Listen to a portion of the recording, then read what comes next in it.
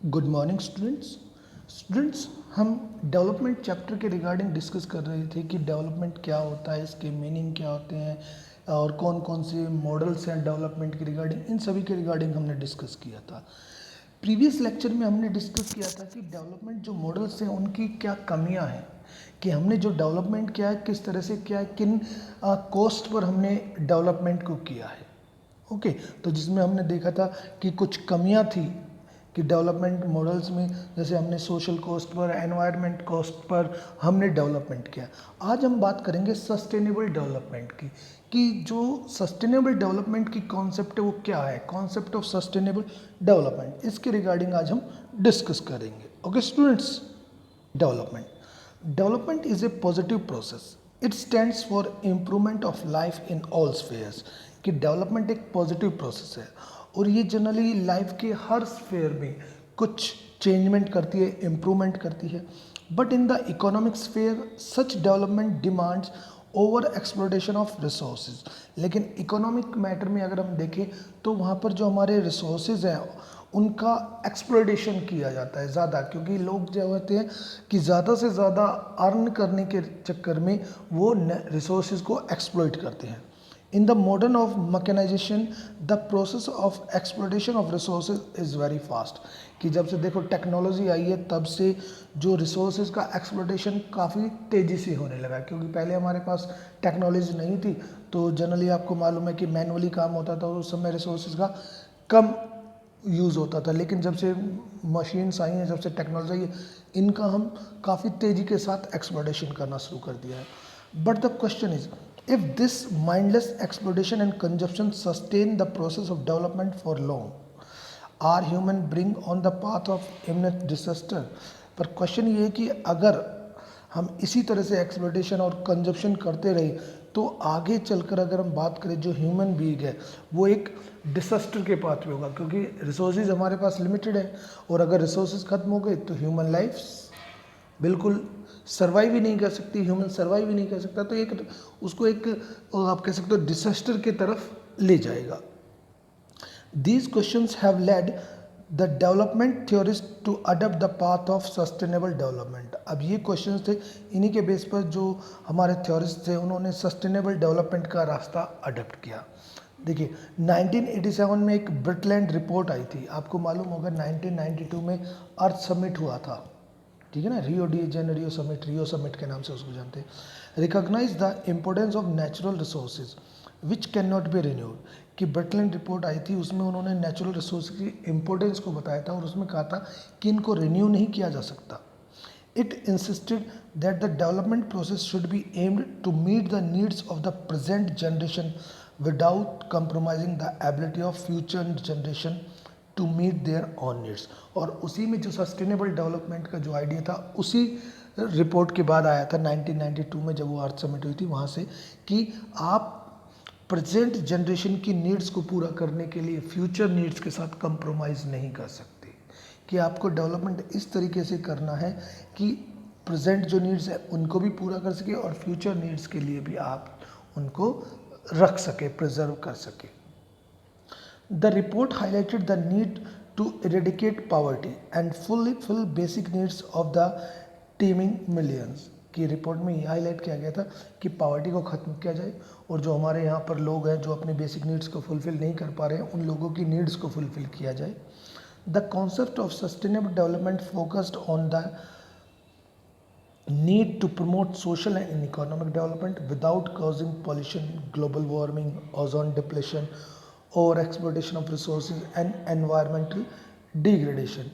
कि जो sustainable development की जो कॉन्सेप्ट है उसमें किस चीज़ पर फोकस किया गया कि सोशल और इकोनॉमिक डेवलपमेंट को प्रमोट करना। लेकिन उसमें कहा था कि पोल्यूशन नहीं होना चाहिए, ग्लोबल वार्मिंग को हमें अवॉइड करना है, ओजोन डिप्लेशन हो गया, ओवर एक्सप्लोइटेशन नहीं करना। मीन्स इन चीज़ों को ध्यान में रख कर हमें सोशल एंड इकोनॉमिक डेवलपमेंट करना है। This new emphasis on development was appreciated by developing states as they were primarily concerned about reduction of poverty and social upliftment। अब इस पर जो मेनली एम्फेसिस किया गया था जो डेवलपमेंट का, ये डेवलपिंग स्टेट्स में था, क्योंकि वो लोग जो थे उनके वहाँ पर गरीबी थी, वो इन प्रॉब्लम से सबसे ज़्यादा फेस कर रहे थे, तो वो चाहते थे कि पॉवर्टी को ख़त्म किया जाए और सोसाइटी का डेवलपमेंट किया जाए। Sustainable development by judicious mix of needs of present and future generation is the best alternative for development in the present day society। और प्रेजेंट सोसाइटी में अगर हम बात करें तो सस्टेनेबल डेवलपमेंट जो है ना, वो एक सबसे बेस्ट डेवलपमेंट मॉडल है कि आपको सस्टेनेबल डेवलपमेंट जिसमें कि आपकी प्रेजेंट नीड्स को भी फुलफिल करना है और फ्यूचर नीड्स को भी आपको उनकी नीड्स के साथ भी कंप्रोमाइज़ नहीं करना है। Okay, how to balance the claims of present generation with those of the future generation. अब इनको कैसे बैलेंस किया जाए कि प्रेजेंट नीड्स को भी पूरा किया जाए और फ्यूचर के लिए भी रखा जाए। अब इनको कैसे बैलेंस किया जाए, देखिए इसको जनरली बैलेंस करने के लिए कुछ वो बताए गए हैं। देखिए द अर्थ समिट 1992 है, ये ध्यान रखिएगा। The Brundtland report 1987, the world commission on environment and development 1987, Rio de Janeiro summit 1992 ही है ये। Have been some important forums which have highlighted the need to promote the concept of sustainable, कि ये सभी जो हुई थी इनमें जनरली सस्टेनेबल डेवलपमेंट के रिगार्डिंग काम करने की बात की गई थी। The present generation should act as a trustee for future generation, future generation के लिए एज ए ट्रस्टी वो काम कर रहे हैं कि भाई उनकी नीड्स को भी ध्यान में रख रहे हैं। टू प्रमोट सस्टेनेबल डेवलपमेंट, कि सस्टेनेबल डेवलपमेंट को अडॉप्ट करने के लिए हमें कुछ स्टेप्स को ध्यान में रखना होगा। सबसे पहले environmental protection and conservation should be given top priority, कि एक तो एनवायरनमेंट को प्रोटेक्ट करना और कंजर्व करना सबसे ज़्यादा प्रायोरिटी इसको दी जाए। So that vested economic interest do not hamper development, ताकि जो इकोनॉमिक इंटरेस्ट है वो डेवलपमेंट को नुकसान ना पहुंचाए बाय ओवर एक्सप्लॉयटेशन, की रिसोर्स का ओवर एक्सप्लॉयटेशन करके।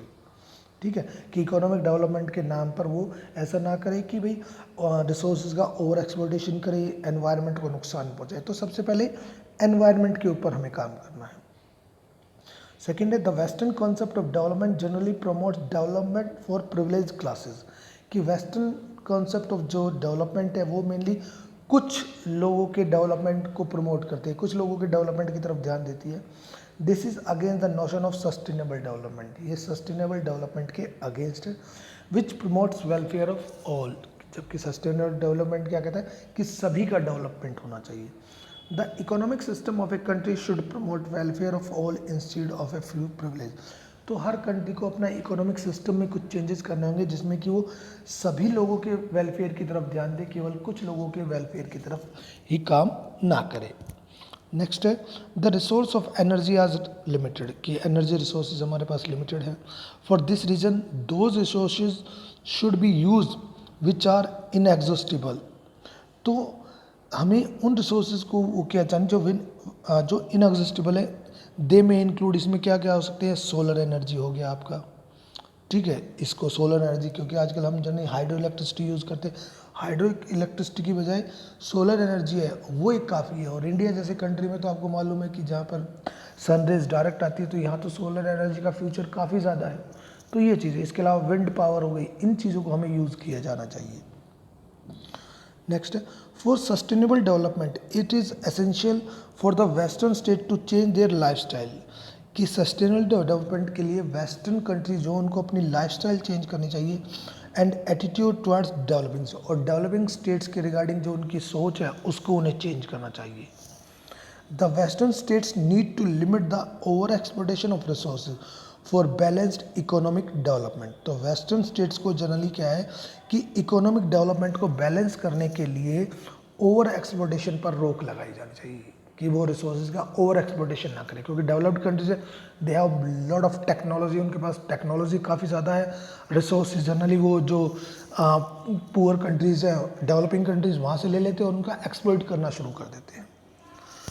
For preventing pollution it is necessary that public transport should be encourage so that development can be sustain, और एनवायरनमेंट को पोल्यूट होने से बचाने के लिए पब्लिक ट्रांसपोर्ट का ज़्यादा से ज़्यादा यूज़ किया जाना चाहिए। क्योंकि पब्लिक ट्रांसपोर्ट जनरली आप देखो, अदरवाइज़ वैसे तो हम देखते हैं हर व्यक्ति अपना अलग अलग पर्सनल व्हीकल यूज़ करता है, लेकिन अगर पब्लिक ट्रांसपोर्ट को यूज़ किया जाए तो उतना ही जो एनवायरनमेंट पॉल्यूट है वो कम होगा।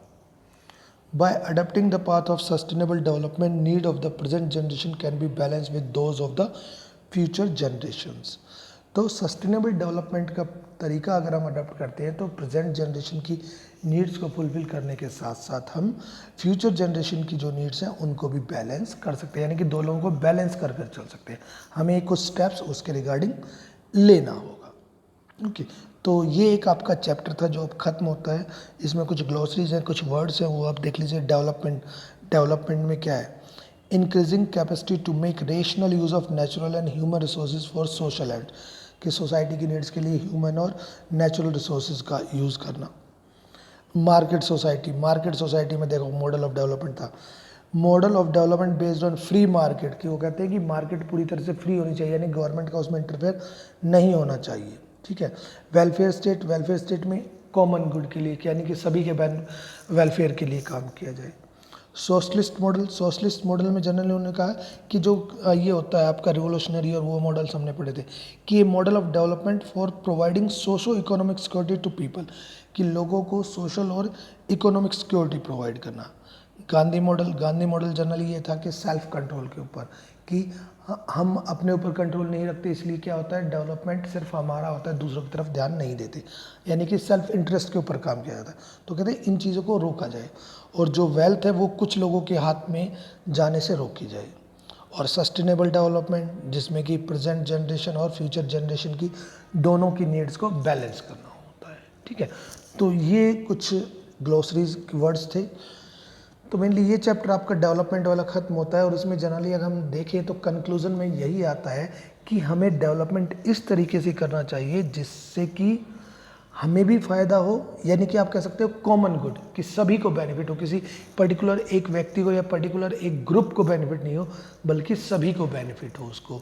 और इसके साथ साथ सस्टेनेबल डेवलपमेंट का जो मॉडल है वो आज की कंडीशंस में बिल्कुल सूटेबल है, बेस्ट मॉडल ऑफ डेवलपमेंट है। Okay students, thank you.